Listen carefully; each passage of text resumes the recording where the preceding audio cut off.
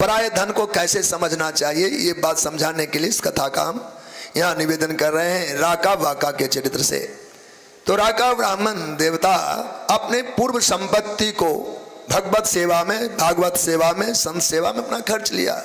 अब यहाँ तक स्थिति आई कि घर के चूल्हे जलाने के लिए मेहनत करना पड़ता था। जंगल में जाते, लकड़ी काट के लाते, लकड़ी बेच के लाते, उसके आटा दाल ला के घर चलाते, और ये क्रम बराबर रहा। आपने संत नामदेव जी का नाम सुना होगा। संत नामदेव जी ने एक बार पंढरीनाथ भगवान विठलनाथ से कहा, भगवान उनको मिलना होता था। नरसिंह मेहता और नामदेव जी महाराज को 56 बार, नरसिंह मेहता को तो 57 बार नामदेव जी को भगवान ने हमारी आपकी तरफ भेंट कराई, बात की, ऐसे मिलना हुआ।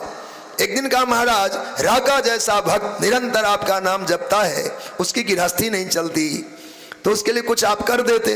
कहा, मेरा भक्त मुझसे भी नहीं लेता। जो मेरा भक्त होगा दुनिया से ना लेने का तो तय ही है, मुझसे भी नहीं लेता, इसलिए मैं कैसे कहूं कि उसको मैं कुछ दूं। फिर भी कहा, महाराज कुछ नहीं देंगे तो कम से कम वो जंगल में लकड़ी काटता है, उसी में कोई मदद कर दीजिए, एक कटा कटाया लकड़ी का गट्ठर ही दे दीजिए। दोनों पति पत्नी वन में आए, राका और बाका। पत्नी जंगल में लकड़ी काटने को आए, देखा कि सूखी सूखी लकड़ियां कोई काट के रखा हुआ है, डाली हरी हरी है, कहाँ भटकेंगे, सूखे डालियों को तो किसी ने काट लिया, लगता हमसे ज्यादा जरूरतमंद होगा, जरूरत से उसने पहले काट लिया है, चलो अपने लौटते। दूसरे की गट्ठर पड़ा है, सूखा लकड़ी है, उठाया नहीं कि कटा हुआ मिल गया, इस भावना से उठाया नहीं और वहां से लौटकर चल दिया। भूखे प्यासे रात्रि में रहा। आज नामदेव पर भगवान बड़े झुल्लाए कि तुमने मेरे भक्त को उपवास करा दिया। अगर अपनी मेहनत से काटता तो कम से कम चूल्हे जलते उसके, आज हमने काट कर डाले और वो भूखा रह गया मेरा भक्त। ये भगवान की दया। एक दिन घटना बनी, महाराज लकड़ी नहीं उठाता है, कुछ रुपए पैसे रास्ते में गिरा देंगे, अपने सोने हीरे गिरा देंगे, वो तो उठा लेगा ना। एक दिन क्या किया गोविंद ने, एक बोरी असरफी सोने का मोहर रास्ते में रख दिया, मुंह खोल दिया बोरी का, 2-4 सिक्के सड़क पर में निकाल दिए ताकि लगे कि इस बोरी में सिक्का ही होगा। राका आगे चला, पत्नी कुछ पीछे थी, तो उसे लगा क्या है, तो बोरी में 2-4 सोने के सिक्के गिरे हैं, तो इसमें सोना ही होगा, ये निश्चय हो गया। रास्ते से धूल उठा करके गिरे हुए सिक्के पर डालने लगा, सिक्का को मिट्टी से ढक दिया।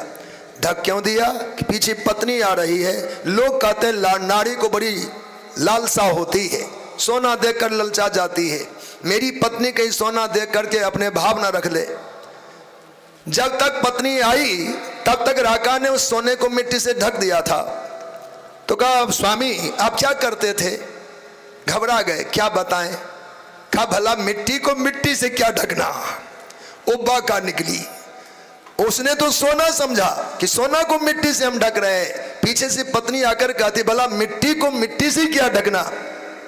पर वित्तेषु लोष्टवत, दूसरे का धन मिट्टी ही है, इससे ज्यादा मोल लगाना नहीं कभी, तब जीवन का मोल समझ पाएंगे। लोग छोटा सा पेट है, 4 रोटियां बाफर है, अधिक है, इसके बाद भी पाप का ही रोटी खाता है, अनर्थ है। बचिए, बचाइए, पीढ़ियों को, बाल बच्चों को संस्कार दीजिए। बेटा एक बार ईमानदारी का रोटी खाकर देख क्या मजा आता है, बड़ी नींद ठाढ़ी आएगी, स्वास्थ्य अनुकूल रहेगा, 100 साल में 100 गोलियां नहीं खानी पड़ेगी, मेरा विश्वास है। अच्छे अन्न पेट में नहीं जाते, वो पाप बनता है, पाप ही पूर्व जन्म कृतम पापम, चरक ने लिखा है औषधि शास्त्र में, आयुर्वेद में, पूर्व जन्म कृतम पापम व्याधि रूपेण बाधते, पूर्व जन्म कृत पाप ही व्याधि बनता है। हम निष्पाप होंगे, पाप का अन्न नहीं खाएंगे तो रोग आएगा कहां से। 16 आना स्वस्थ रहेंगे जावत जीवन, जब तक जिएंगे। इसलिए अस्ते चोरी समझाने के लिए बताया, पराया धन है जिसमें मेरा अधिकार नहीं है और जिसका धन है उसकी आज्ञा नहीं है, तब तक बरतना चोरी ही कहलाता है। इतने सावधान होना है।